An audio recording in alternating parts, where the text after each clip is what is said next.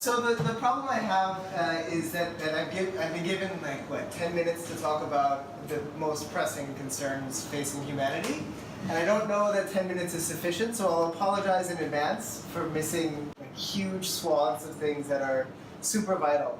But I thought that I might start with a couple of words from a document that was written in 1985 by the governing body of the Baha'i world. It's called the Universal House of Justice. So I think this might have actually been in the name of my office, the Baha'i International Community. So how many of you were around in 1985? Raise your hands if you were around. So this was written. This was written quite some time ago.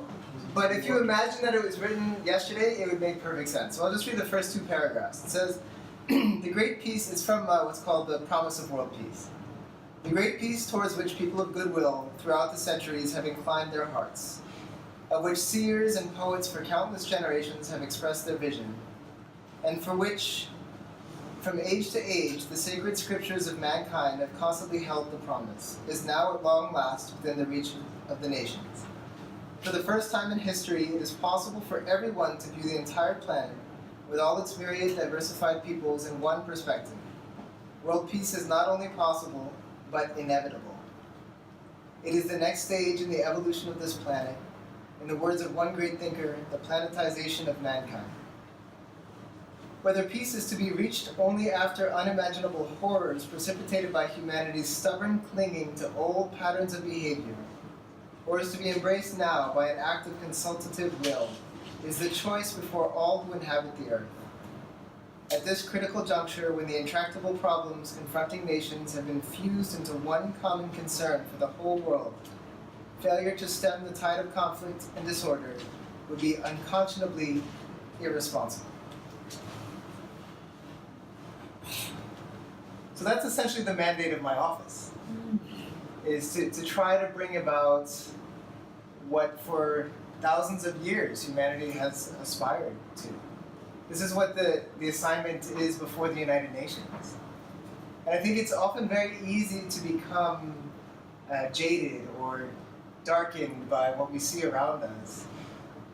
But everything that's happening is part of a dual process of disintegration and integration. If we only look at the disintegrated forces, it's very easy to become complacent, to get enervated, to lose the dynamism that is so required in this moment. But if we always look at the world with these two lenses, we actually see great opportunity. Like a child that's learning how to walk, there's a requirement that they fall. Without falling, walking won't ever happen. And we are in a stage where there's falling and there's walking sort of happening concurrently. And what we see and what we read is often that which is most exciting, most if it bleeds, it leads, right? So this is what we see in the media, and if we allow that to affect our own beings, our own souls and hearts and perspectives, then we can become a part of a system that is sort of reinforcing the very problems that we see in the world. And so it's on us to ensure that we look at the white picket fence of humanity and not just focus on the broken pickets, but actually look at all those things that are beautiful and try and extend that beauty to other spaces.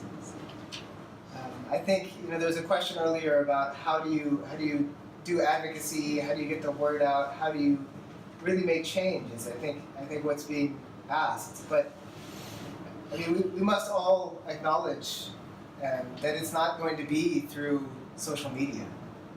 Social media can galvanize people, it can inspire people, but it's not the place where change happens. It happens in spaces like this, which have been so lovingly created by Nonviolence International. This room itself is the peace that we're looking for. And I think it's not going to be found on Twitter or Facebook. It's going to be found in the relationships we build with each other.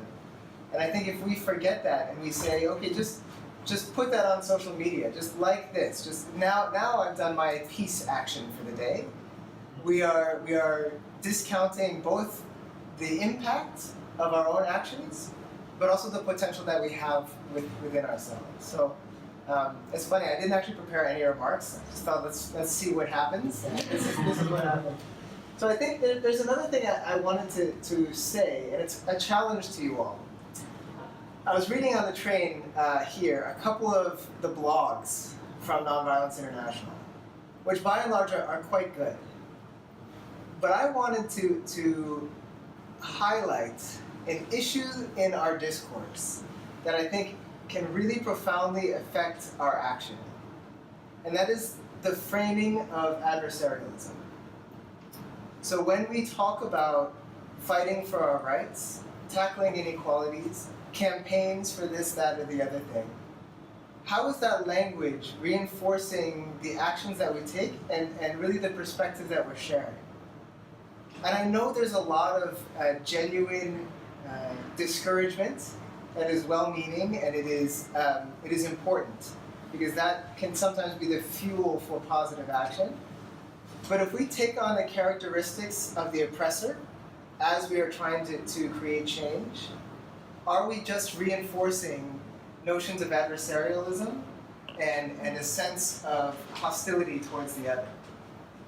And I say this because last week there were some hearings that were really quite fascinating to watch and listen to, and I think all of us felt very touched by the stories we heard, by seeing the injustice on display there and associating it with injustices that we may have faced in our own lives.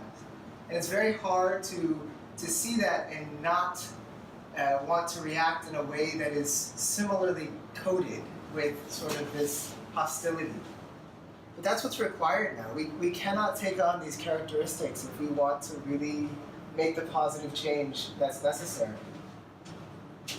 I was at a conference last week, and I had a very interesting conversation with a woman who works with the extreme wealthy. And she's a woman of faith. She's really dedicated to social justice. I was saying, so how do you sort of basically sleep at night, knowing what the kinds of people, like the egos and the greed that are running through this? And she said, Dan, it was a faith-based gathering. She said, Dan, people of faith are very good at empathizing with the marginalized and the poor and with those who are suffering. Maybe we should also become good at empathizing with the wealthy and see the challenges that they may face. And don't just see their greed and ego as their own problems that they can just get over. But it's a deficiency, just as hunger is a deficiency. And we can work with them to show better examples, to nurture positive action, to encourage philanthropy. And I was thinking about this notion of empathy and how we can look at the other who may be committing hostile acts through the lens of empathy.